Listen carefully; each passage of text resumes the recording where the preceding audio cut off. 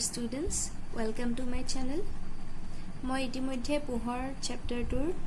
এটা introduction video' দিছোঁ।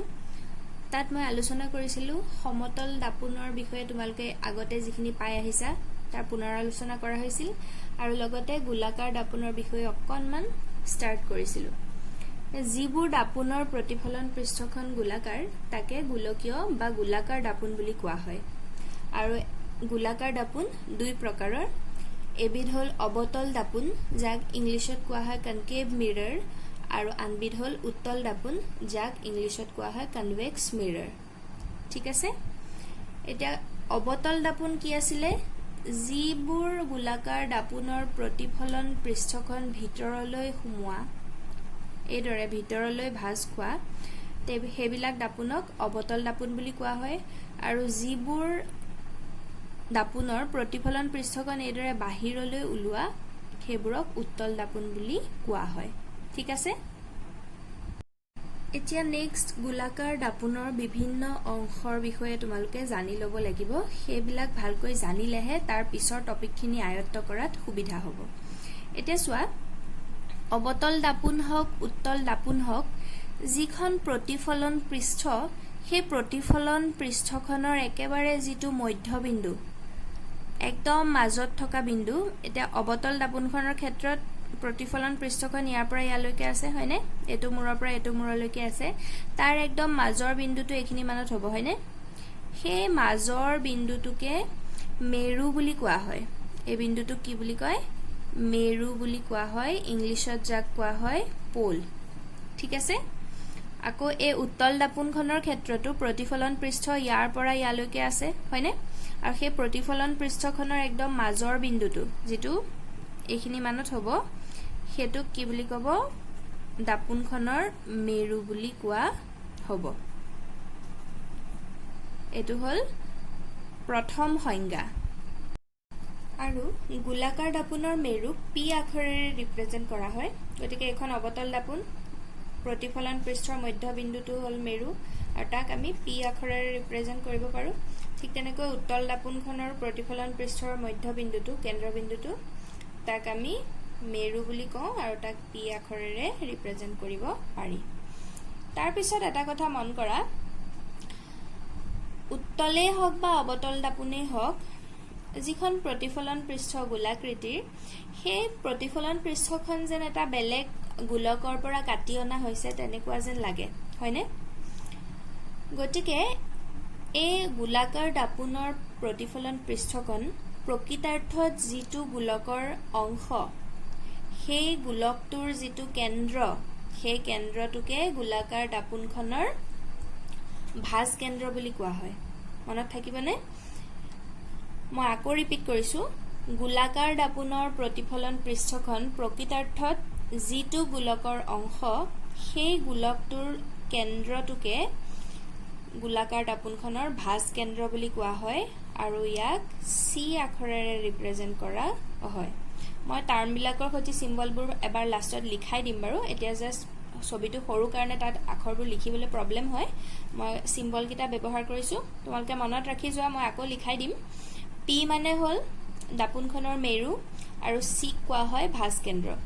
ঠিক আছে। ঠিক তেনেকৈ এই উত্তল দাপোনখনো যিটো গোলকৰ অংশ, সেই গোলকটোৰ যিটো কেন্দ্ৰ,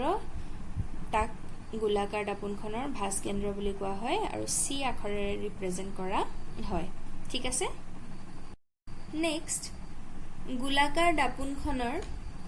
মেৰু আৰু ভাঁজ কেন্দ্ৰ সংযোগী যিডাল অক্ষ আমি ইমাজিন কৰি লওঁ, এডাল আচলতে নাথাকে, আমি ভাবিহে লওঁ এডাল ৰেখা আছে বুলি। এই ভাঁজ কেন্দ্ৰ আৰু মেৰু সংযোগী যিডাল ইমাজিনেৰী ৰেখা,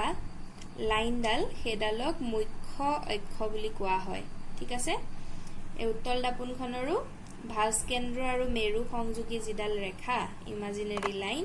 সেইডালক মুখ্য অক্ষ বুলি কোৱা হয়। হৈছে? ভাঁজ কেন্দ্ৰ আৰু মেৰু সংযোগী যিডাল ৰেখা পাওঁ, সেই ৰেখাডালক ভালকে চালে চোৱা, এইটো গোটেই গোলকটোৰ ব্যাসাৰ্ধ, হয়নে বাৰু? গোলাকাৰ দাপোনখন যিটো গোলকৰ অংশ, সেই গোলকটোৰ ব্যাসাৰ্ধ, হয়নে? যিটো আমি ভাঁজ কেন্দ্ৰৰ পৰা মেৰুলৈ সংযোগ কৰোঁ গতিকে গোটেই গোলকটোৰ যিডাল ব্যাসাৰ্ধ সেইডালক ভাঁজ ব্যাসাৰ্ধ বুলি কোৱা হয় আৰু ইয়াক R আখৰেৰে ৰিপ্ৰেজেণ্ট কৰা হয় আকৌ এবাৰ কৈছোঁ গোলাকাৰ দাপোনখন যিটো গোলকৰ অংশ সেই গোলকটোৰ ব্যাসাৰ্ধকে গোলাকাৰ দাপোনখনৰ ভাঁজ ব্যাসাৰ্ধ বুলি কোৱা হয় আৰু ইয়াক R আখৰেৰে ৰিপ্ৰেজেণ্ট কৰা হয় তাৰ পিছত এই প্ৰতিফলন পৃষ্ঠখনৰ যিটো পৰিসীমা তাৰ মানে প্ৰতিফলন পৃষ্ঠখনৰ এণ্ড পইণ্ট কিটা মূৰৰ বিন্দু দুটা যিমান দূৰ বুজাবলৈ হলে এটো যেহেতু গোলাকাৰ গতিকে আমি পৰিধিটো কল্পনা কৰিব লাগিব হয়নে পৰিধিটো ধৰিব লাগিব গতিকে এই প্ৰতিফলন পৃষ্ঠখনৰ যিটো পৰিধি সেই পৰিধিটোক গবাক্ষ বা ছিদ্ৰ বুলি কোৱা হয় ঠিক তেনেকৈ উত্তল দাপোনখনৰ যিটো প্ৰতিফলন পৃষ্ঠ ইয়াৰ পৰা আৰম্ভ কৰি ইয়ালৈকে আছে আৰু এখন ঘূৰণীয়া ইয়াৰ পৰিধিক দাপোনখনৰ গবাক্ষ বা ছিদ্ৰ বুলি কোৱা হয় এতিয়া নেক্সট জানিব লাগিব দাপোনৰ আটাইতকৈ ইম্পৰ্টেন্ট অংশ ফোকাছৰ বিষয়ে যাক নাভি বুলিও কোৱা হয় এতিয়া হেতু ডিসকাস কৰাৰ আগতে মই আকৌ দাপোন কেখন অকমান আহল বহলকৈ আঁকি লৈছো চোৱা ধুনিয়াকে এখন অবতল দাপোন কাৰণ ইয়াৰ প্ৰতিফলন পৃষ্ঠখন এদৰে আছে আৰু এখন হল উত্তল দাপোন ঠিক আছে আৰু এইখিনতে মই এটা সৰু টিপস দিছো দাপোন আঁকিবৰ কাৰণে আৰু এই ধৰণে অঙ্কন কৰিলে তোমাৰ পিছৰ যিখিনি তোমালকৰ ৰশ্মি চিত্ৰ আছে সেইখিনিত দাপোনখন আকাত সুবিধা হ'ব তোমালকে সদায় প্ৰথম কি কৰিবা এই ধৰণে এডাল সৰল ৰেখা আঁকি লবা সৰল ৰেখাডালত জুখি পেলাই 6 সেন্টিমিটাৰ এটা লৈ লবা পাঁচু লব পাৰা কিন্তু 6 সেন্টিমিটাৰ ললে তোমালকৰ সুবিধা হ'ব আঁকিবৰ কাৰণে এটো চোৱা 6 সেন্টিমিটাৰ জুখি ললা ইয়াৰ পৰা ইয়ালৈকে 6 সেন্টিমিটাৰ জুখি লোৱাৰ পিছত কি কৰিবা তোমালকে কম্পাছৰ সহায়ত সেই 6 সেন্টিমিটাৰটোক ব্যাসাৰ্ধ হিচাপে লৈ তোমালকে দাপোনখন এই ধৰণে অঙ্কন কৰি লবা ঠিক আছে তেতিয়া কি হ'ব তোমালকৰ ভাঁজ কেন্দ্ৰটো প্ৰপাৰ হ'ব কাৰণ ভাঁজ কেন্দ্ৰটো কি আছিল গোলাকাৰ দাপোনখন যুটু গোলকৰ অংশ সেই গোলকটোৰ কেন্দ্ৰটোকে ভাঁজ কেন্দ্ৰ বুলি কয় গতিকে আমি এই ধৰণে যদি কম্পাছৰ সহায়ত আঁকো তেতিয়া হলে আমাৰ আসল কেন্দ্ৰটো পাই যাম হয়নে তেতিয়া সুবিধা হ'ব গতিকে এটো হল কি ভাঁজ কেন্দ্ৰ আৰু এটো মেৰু পি ঠিক আছে এতিয়া চোৱা প্ৰথম অবতল দাপোনৰ ক্ষেত্ৰত কল্পনা কৰা ধৰা পোহৰৰ ৰশ্মিবোৰ কোনোবা এটা উৎসৰ পৰা এই ধৰণে যদি মুখ্য অক্ষৰ সমান্তৰালকৈ আহি দাপোনত পৰেহি মুখ্য অক্ষৰ সমান্তৰালকৈ দাপোনত যদি পৰেহি তেতিয়া হলে প্ৰতিফলনৰ পাছত ইহত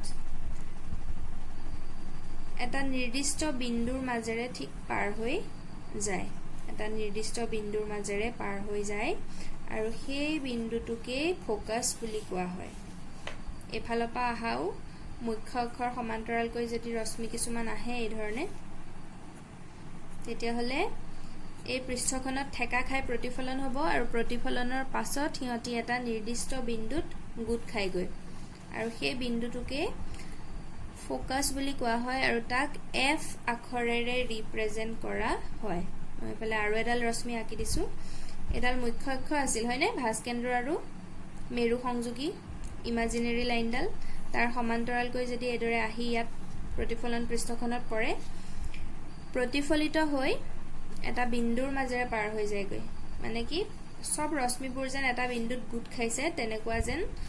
অনুভৱ হয় আৰু সেই বিন্দুটোকে ফোকাস বুলি কোৱা হয় ঠিক আছে আৰু তোমালোকে সদায় যেটো ফোকাস পোৱা হেতু মনত ৰাখিবা ভাঁজ কেন্দ্ৰ আৰু মেৰুৰ একদম সু মাজত হয় ফোকাসটো সদায় F2 ভাঁজ কেন্দ্ৰ আৰু মেৰুৰ সদায় সু মাজত পৰে মধ্যবিন্দু হয় ভাঁজ কেন্দ্ৰ আৰু মেৰু সংযোগী লাইনডালৰ গতিকে মই যে কৈছিলো 6 সেন্টিমিটাৰ জুখি লবা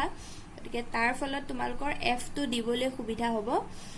F2 তোমালকৰ 3 সেন্টিমিটাৰত পৰিব 3 টোৱে হ'ব মধ্যবিন্দু ঠিক আছে কাৰণ আমিতো এতিয়া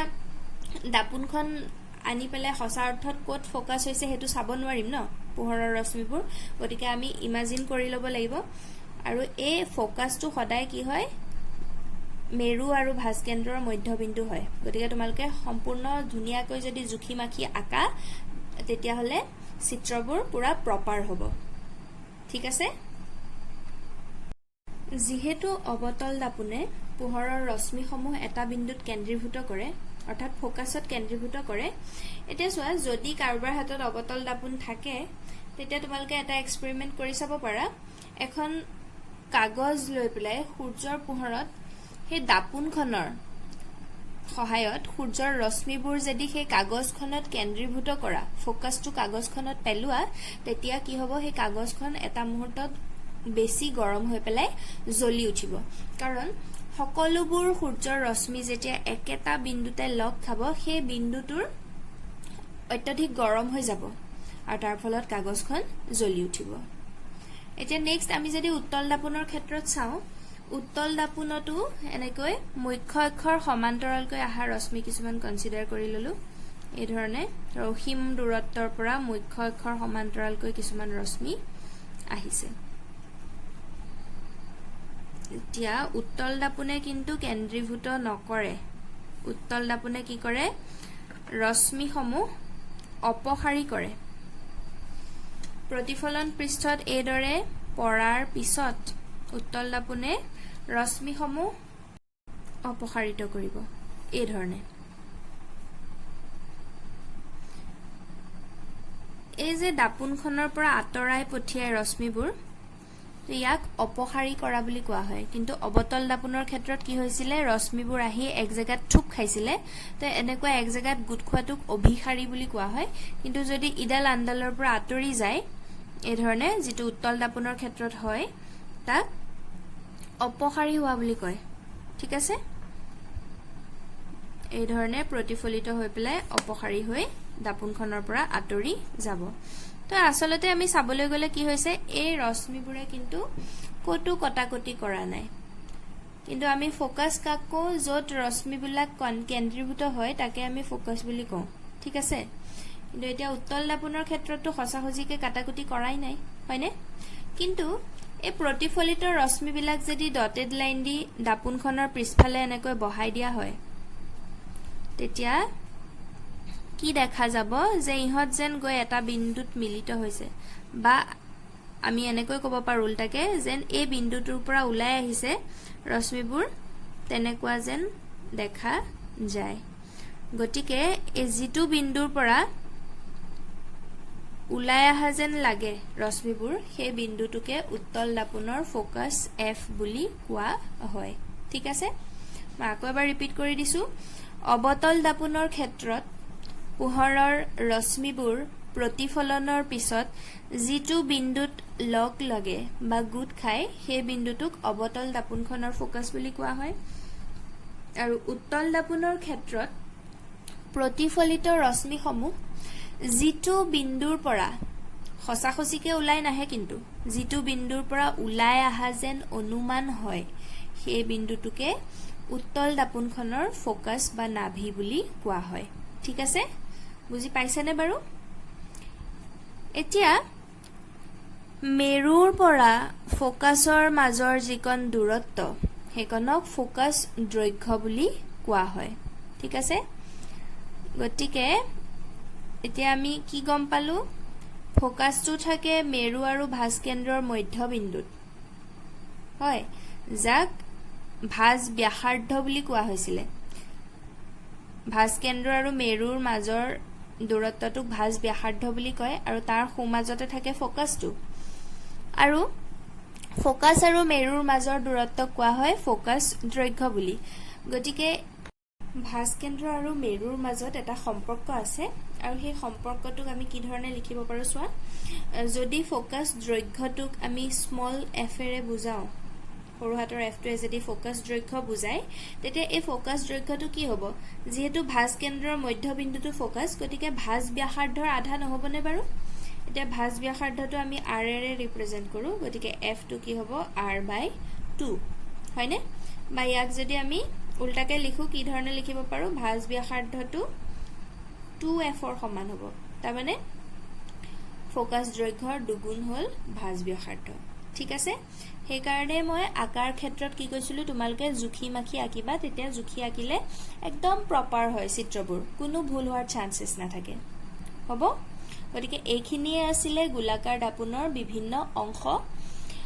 আজিলৈ মই ইমানতে সামৰিলোঁ নেক্সট ভিডিঅ'ত গোলাকাৰ দাপোনেনো কি ধৰণে প্ৰতিবিম্ব গঠন কৰে বা সেই প্ৰতিবিম্বসমূহৰ ৰশ্মি চিত্ৰ কিদৰে অংকন কৰিব পাৰি সেই বিষয়ে মই আলোচনা কৰিম ঠিক আছে ধন্যবাদ